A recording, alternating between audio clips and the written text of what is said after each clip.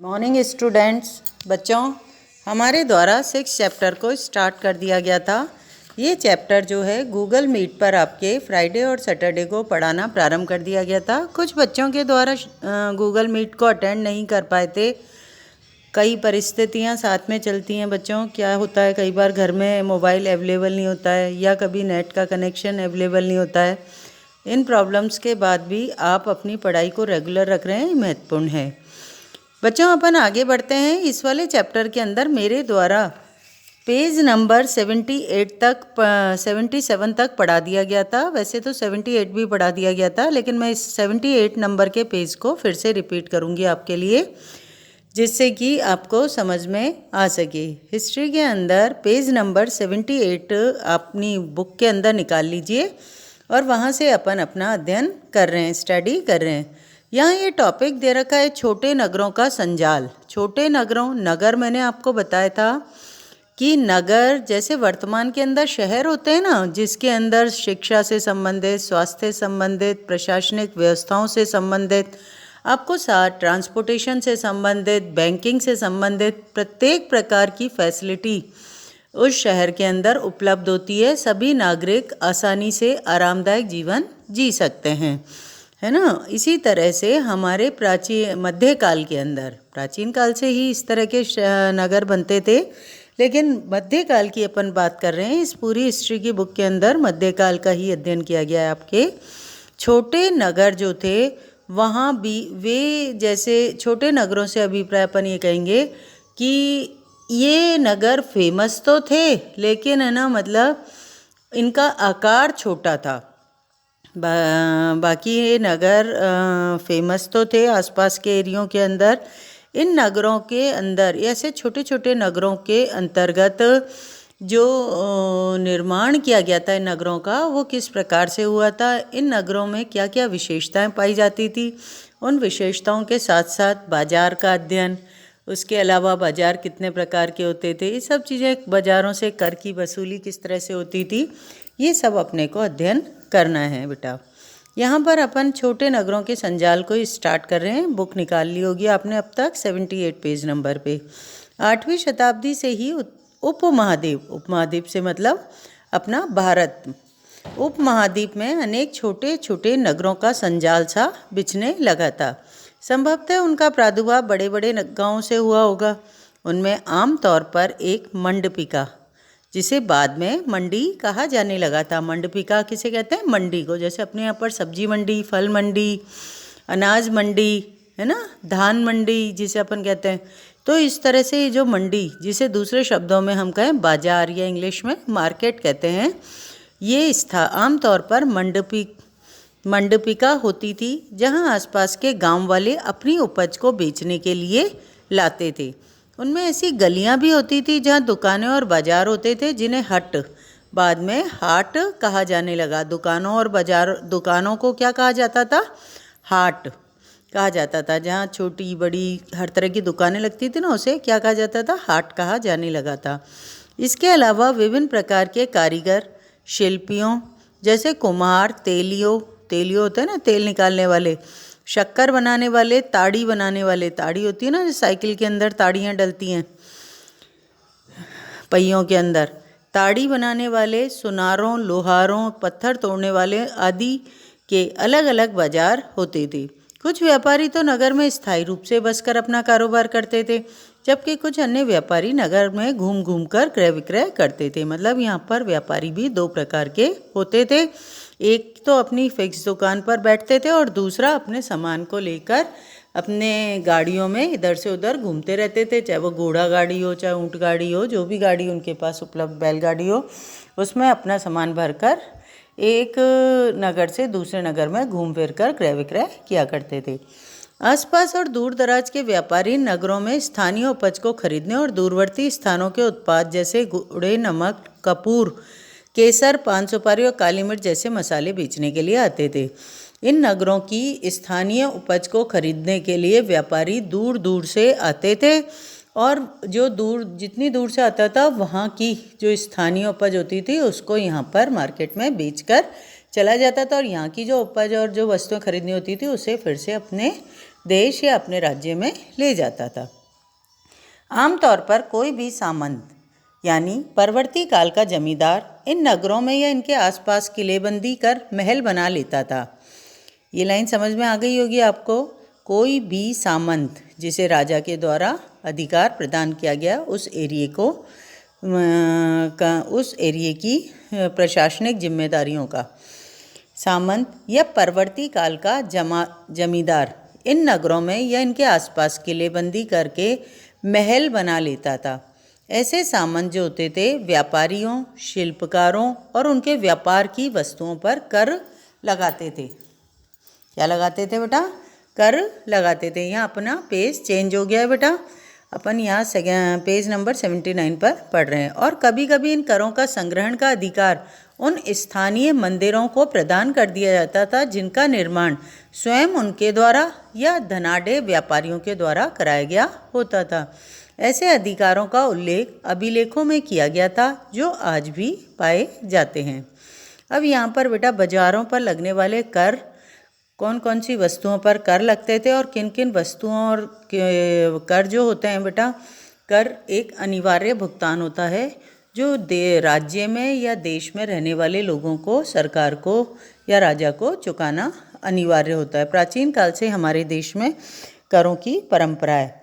प्राचीन काल में राजाओं के द्वारा लगाए जाते थे, कृषि पर, व्यापारिक क्रियाओं पर, इन सब चीज़ों पर कर लगाए जाते थे। इसी प्रकार से क्योंकि सरकार की आय का स्रोत यही कर की प्राप्त राशि ही, कर, जुर्माने, शुल्क, इनकी राशि ही होती है। इस तरह से बेटा है ना, अपन मध्यकाल का अध्ययन कर रहे हैं तो मध्यकाल के अंदर नगर जो थे जहाँ पर इतनी व्यापारिक गतिविधियाँ होती थी, बाजार होते थे, मंदिरों में टूरिस्ट आते थे, व्यापारी लोग आते थे, तो उन पर बाज़ारों में कर भी लगता था या उनके द्वारा बेची गई वस्तुओं पर भी कर लगाया जाता था।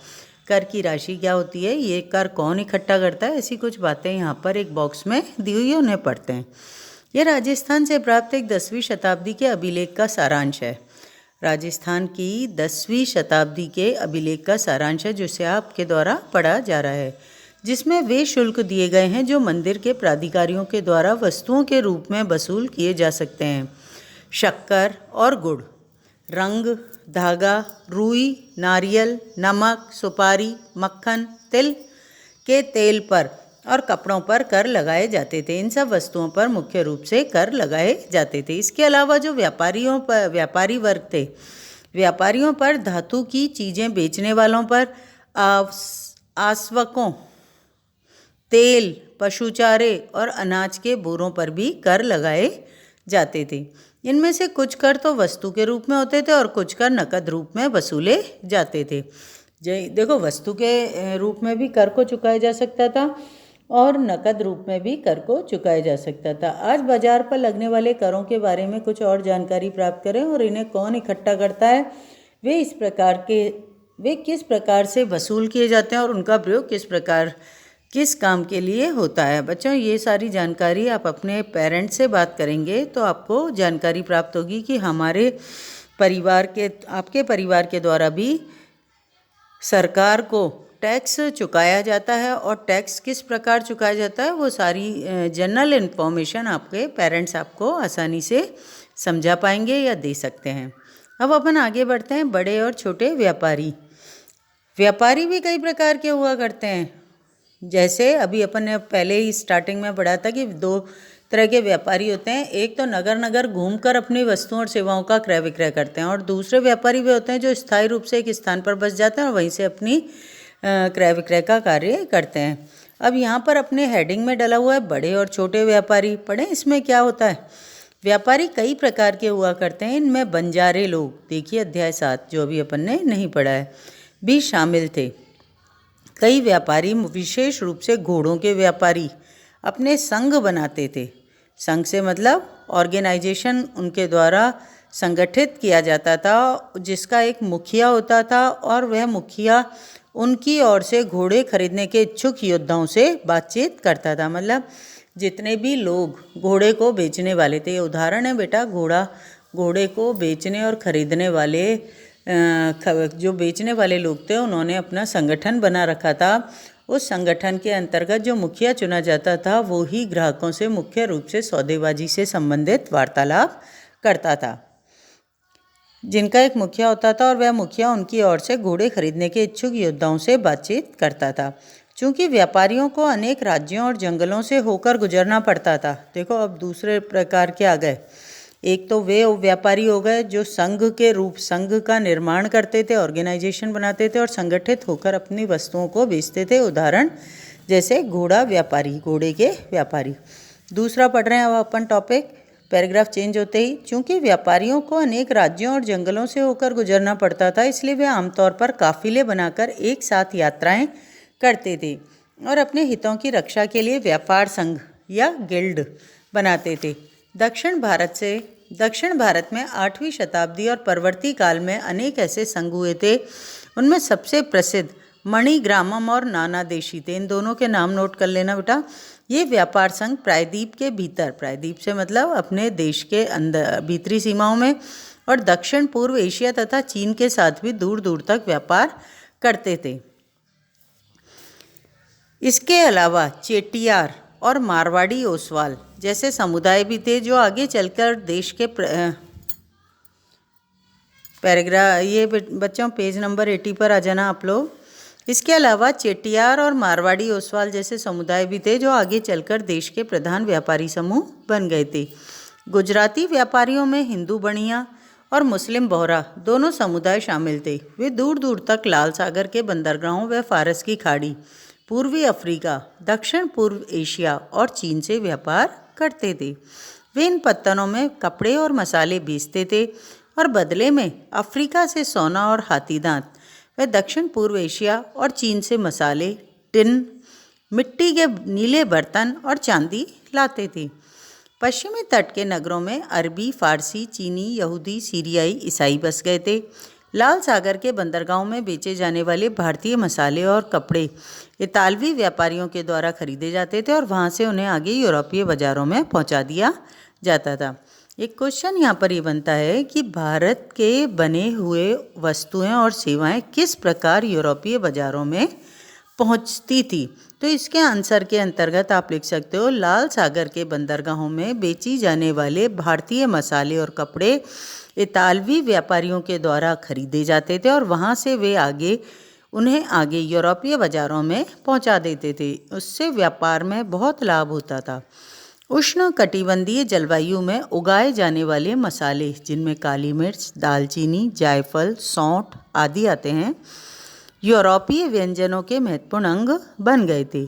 और भारतीय सूती कपड़ा बहुत ही लुभावना होता था, मतलब बहुत ही अच्छी क्वालिटी का होता था। ये चीज़ें ही यूरोपीय व्यापारियों को भारत तक खींच कर लाई थी। समय के साथ साथ व्यापार और नगरों का रूप किस प्रकार बदला, इसके बारे में हम शीघ्र ही आगे पढ़ेंगे। बेटा अब अपन काबुल का अध्ययन कर रहे हैं। काबुल एक बहुत फेमस जगह रही है, एक तरह का राज्य अपन कह सकते हैं, काबुल को ज़िला कह सकते हैं, जो भी है आप कहना चाहें। ये अपने पाकिस्तान के आसपास के एरिए में पहाड़ी इलाका है। यहाँ से पश्चिम एशिया के लोग भारत में प्रवेश करते थे। पढ़ें इसके बारे में क्या दे रखा है इसमें। काबुल अपने पहाड़ी और विषम भूदृश्य के साथ साथ 16वीं शताब्दी से राजनीतिक और वाणिज्यिक दोनों ही दृष्टियों से महत्वपूर्ण बन गया था। काबुल और कांधार सुप्रसिद्ध रेशम मार्ग से जुड़े हुए थे। साथ ही घोड़ों का व्यापार भी मुख्य रूप से इसी मार्ग से होता था। 17वीं शताब्दी में हीरों के एक सौदागर जो बैप्टिस्टे टैबर्नियर ने अनुमान लगाया था कि काबुल में घोड़ों का व्यापार प्रतिवर्ष 30,000 रुपयों का होता है, जो उन दिनों में एक बड़ी भारी रकम समझी जाती थी। काबुल से मेवे, खजूर, गलीचे, रेशमी कपड़े, ताजे फल ऊँटों पर लाद कर लाए जाते थे और उपमहाद्वीप तथा अन्य भागों में बेच दिए जाते थे। इसके अलावा गुलाम भी बिक्री के लिए लाए जाते थे। बेटा यहाँ पर अपने द्वारा करों के प्रकार, बाजारों के प्रकार और व्यापारियों के वर्गीकरण, व्यापारियों के द्वारा कार्य करने की प्रणाली, संघ बनाकर कार्य करना, उनके प्रमुख व्यापारी संगठनों के नाम और कौन कौन सी वस्तुओं का व्यापार होता था, इन सब चीज़ों के बारे में सामान्य जानकारी ज्ञात की है। आज के लिए अपना इतना ही। कल नेक्स्ट आगे बढ़ेंगे नगरों में शिल्प। 25 तारीख को बच्चों आपका टेस्ट है। टेस्ट के अंदर आपका 3rd चैप्टर आएगा हिस्ट्री का। पीछे के क्वेश्चन आंसर बहुत अच्छे से अपने तैयार कर लेना, ठीक है। अच्छा बेटा, थैंक यू।